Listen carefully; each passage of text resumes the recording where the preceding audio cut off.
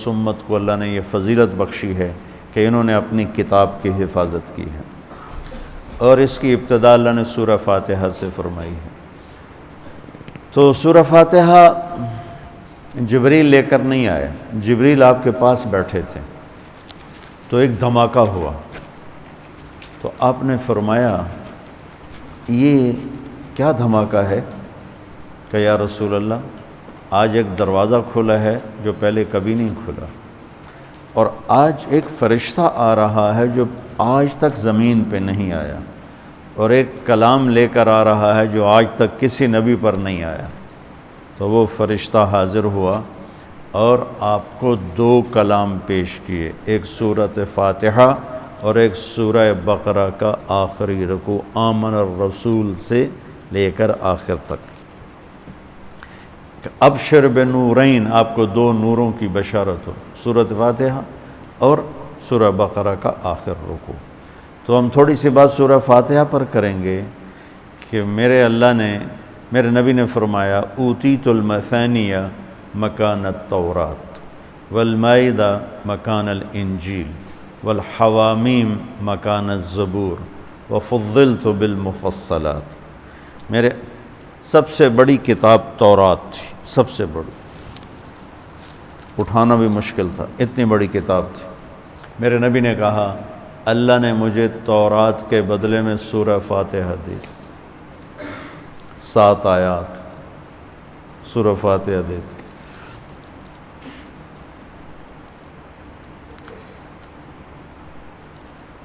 اور انجیل کے بدلے مجھے اللہ تعالیٰ نے سورہ مائدہ دے دی، انجیل سورہ مائدہ۔ حوامیم یعنی حامیم سے 7 سورتیں شروع ہوتی ہیں، 26ویں پارے سے وہ 25ویں پارے سے 24ویں پارے سے وہ شروع ہوتی ہیں اور 28ویں تک غالباً جاتی ہیں، 7 صورتیں کٹھی، حامیم حامیم حامیم حامیم۔ تو زبور کے بدلے اللہ نے مجھے حامیم عطا فرمائی، اور باقی قرآن کے ذریعے سے مجھے عزت اور فضیلت عطا فرمائی۔ سورہ فاتحہ امام راضی رحمۃ اللہ علیہ ایک دفعہ اپنے خطبہ میں فرمانے لگے کہ اس سے 10,000 مسائل نکلتے ہیں، تو بعض لوگوں نے ان کا مذاق اڑایا۔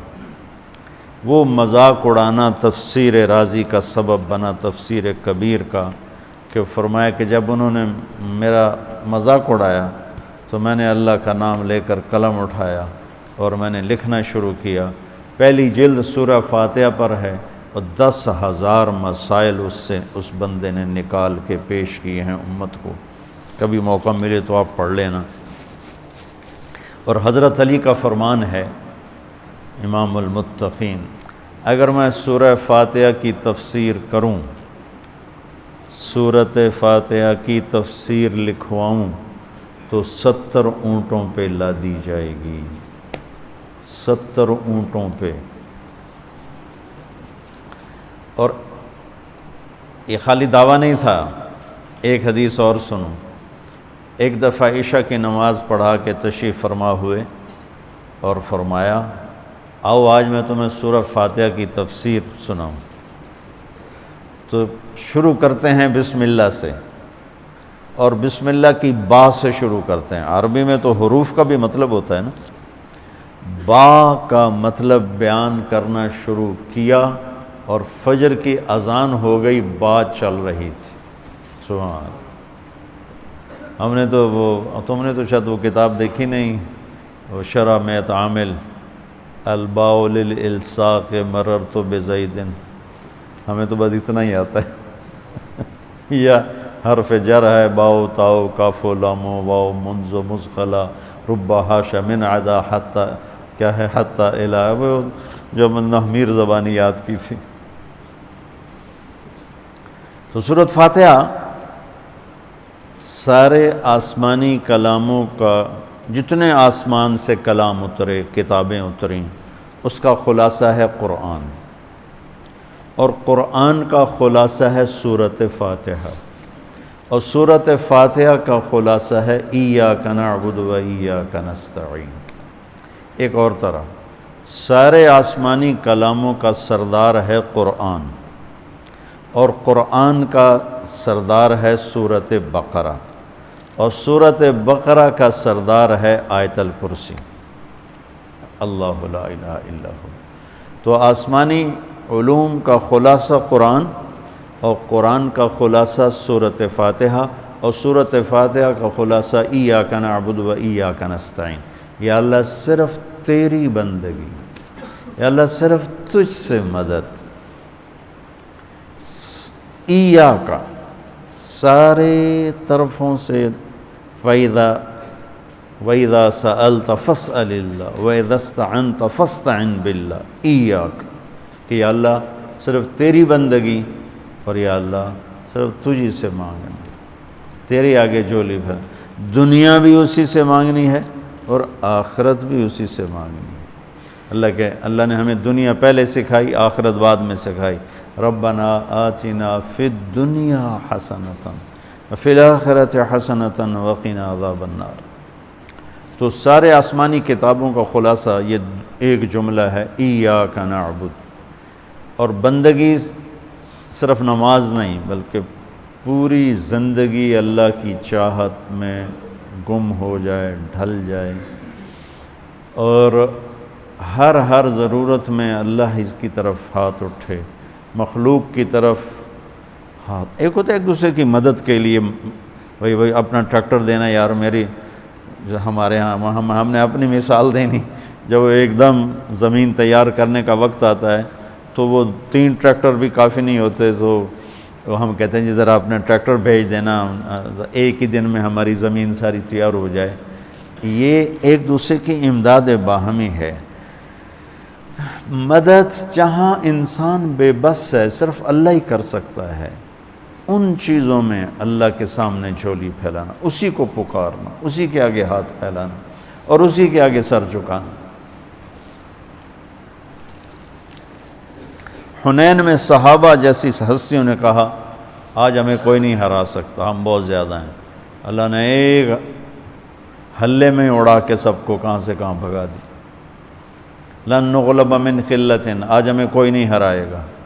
تو پہلے حملے میں ہی قدم اکھڑے اور صرف 88 آدمی اللہ کے نبی کے ساتھ رہ گئے، 12,000 بھاگ گئے۔ پھر یوم حنین اذ اعجبتکم کثرتکم فلم تغن عنکم شیئا۔ تو میرے عزیزو، سورۃ فاتحہ پورے قرآن کی چابی ہے، تمہید ہے۔ قرآن توحید بتاتا ہے، رسالت بتاتا ہے، آخرت بتاتا ہے۔ سورۃ فاتحہ میں توحید بھی ہے، رسالت بھی ہے اور آخرت بھی ہے۔ الحمدللہ رب العالمین الرحمن الرحیم مالک یوم الدین۔ الرحمن الرحیم تک اللہ کی ذات صفات توحید ہے، مالک یوم الدین جزا سزا اور آخرت ہے، ایاک نعبد و ایاک نستعین یہ مقصد زندگی ہے، اہدنا الصراط المستقیم یہ طلب ہے زندگی کی، سب سے بڑی طلب ہدایت ہے، الصراط الذین انعمت علیہم یہ رسالت کہ جن پر تیرا انعام ہوا، اولئک مع الذین انعم اللہ علیہم من النبیین والصدیقین والشہداء والصالحین وحسن اولئک رفیقا۔ تو سورۃ فاتحہ کو مجھے کوئی یاد پڑتا ہے، ایک دفعہ میں کہیں پڑھا تھا کہ اللہ اپنی ذات کو اتنے خوبصورت انداز میں بیان کرتا ہے، الحمدللہ رب العالمین الرحمن الرحیم مالک یوم الدین۔ یہ تو غیب کے صیغے کے ساتھ بات ہو رہی، لیکن اللہ اپنی ذات کو اس قدر خوبصورت انداز میں بیان کرتا ہے کہ ان 4 لفظوں میں اللہ سامنے آ جاتا ہے، تو سننے والا اللہ کو سامنے دیکھ کر کہتا ہے ایاک نعبد، تیری ہی بندگی کرتے ہیں، و ایاک نستعین تجھ سے مانگتے ہیں، کیونکہ اللہ کو دینے کے لیے کہیں سے مانگنا نہیں پڑتا۔ ابراہیم علیہ السلام نے آگ میں جاتے ہوئے جبریل اور ہوا کے فرشتوں کو کہہ دیا تھا اما الیک فلا و اما الی اللہ فنعم ایاک نعبد و ایاک نستعین۔ اللہ تعالیٰ نے اپنی ذات کو اس خوبصورت انداز میں پیش کیا کہ جیسے ہم اللہ کو دیکھ کر کہہ رہے ہیں ایاک نعبد و ایاک نستعین، یا اللہ صرف تیری بندگی کریں گے، یہ سر اور کہیں نہیں جھکے گا۔ اور یا اللہ صرف تجھ سے مانگیں گے اور کسی سے نہیں مانگیں گے۔ قرآن وہ میں نے پہلے ایک مثال سے بتا دیا، یہ استعانت بالغیر نہیں ہے، بھائی مجھے قرض چاہیے اب مجھے 1,00,000 روپیہ دے دیں، یہ اس میں نہیں آتا ہے۔ میرے نبی قرضہ اٹھاتے تھے، میرے نبی نے جنگ کے لیے تلوار اٹھائی، زرہ پہنی، اسباب کی دنیا ہے، اسباب کا اختیار کرنا اور چیز ہے، اور جن چیزوں میں اللہ کے سوا کوئی کرنے والا نہیں وہ لوگوں کے سامنے ہاتھ پھیلا دینا۔ استعانت صرف اللہ سے۔ اگر آپ نماز کی عادت ڈال لو نا، آپ پڑھتے ہو لیکن ہر حاجت میں مصلی پہ آ جاؤ، پھر آپ کو ایاک نستعین کا مزہ آئے۔ اپنی حاجت نماز کے ذریعے اللہ کے سامنے رکھو۔ ایک بدو طواف کر رہا تھا، یا اللہ تجھے پتہ ہے نا میں بھی بھوکا ہوں اور میری اونٹنی بھی بھوکی ہے، اور مجھے کھانے کو میرے بچے بھی بھوکے اور میں بھی بھوکا۔ ایک آدمی ساز سن رہا تھا تو اس نے جلدی سے اپنے تھیلی نکالی درہموں کی، کہ میرے بھائی قبول فرما، کا پیچھے ہٹ۔ تو اس سے لینا ہوتا تو اس کے گھر میں آتا، جس کے گھر آیا ہوں اسی سے لینا، چل چل مجھے نہیں چاہیے۔ وہ طواف سے فارغ ہوا ہے تو اعلان ہوا فلاں ابن و فلاں کہاں ہے؟ تو یہ خود تھے، کہا جی میں ہوں۔ کہا آپ کے چچا کا انتقال ہوا ہے تو انہوں نے اپنی ساری وراثت آپ کے نام کر دی ہے، چونکہ ان کی اولاد کوئی نہیں تھی۔ تو 1 منٹ میں اللہ تعالیٰ نے قبول فرمائی۔ ہشام بن عبد الملک اور سالم بن عبداللہ بن عمر بیت اللہ کا طواف فرما رہے تھے، تو ہشام نے کہا سالم کوئی ضرورت تو بتاؤ، تو وہ کہنے لگے اللہ کے گھر میں ہو کر میں اللہ کو نہ بتاؤں تمہیں بتاؤں، کتنے شرم کی بات۔ تو ہشام چپ ہو گیا۔ ہشام بادشاہ تھا بنو امیہ کا۔ تو جب دونوں باہر نکلے تو ہشام نے کہا اچھا اب تو بولیے، کوئی ضرورت بتائیں۔ تو سالم بن عبداللہ بن عمر، حضرت عمر کے پوتے، کہنے لگے کیا بتاؤں، دنیا کی یا آخرت کی؟ وہ کہنے لگا دنیا کی بتاؤ، آخرت کی میں کیا پوری کروں گا؟ تو وہ کہنے لگے دنیا تو کبھی اللہ سے نہیں مانگی، تجھ سے کیا مانگا؟ ما سألت من یملکھا فکیف من لا یملکھا، جو دنیا کا شہنشاہ ہے، دنیا تو اس سے کبھی نہیں مانگی، تم سے کیا مانگوں گا؟ تو میرے عزیزو، سارے قرآن کا خلاصہ یہ 2 لفظ ہیں، ایاک نعبد۔ امت اللہ کے سامنے سر جھکا دے، ہر حرام چھوڑ دے، ہر حلال پہ آ جائے۔ بندگی صرف نماز نہیں ہے، بازار کی بندگی کیا ہے؟ سچائی، ناپ تول کا پورا ہونا، وعدے کو وفا کرنا، کھوٹ ملاوٹ سے بچنا، یہ بازار کی عبادت ہے۔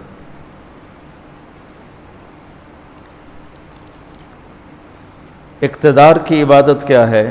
ظلم سے بچنا، اپنی طاقت سے کسی پہ ظلم نہ کرنا، انصاف کو ہاتھ سے نہ جانے دینا۔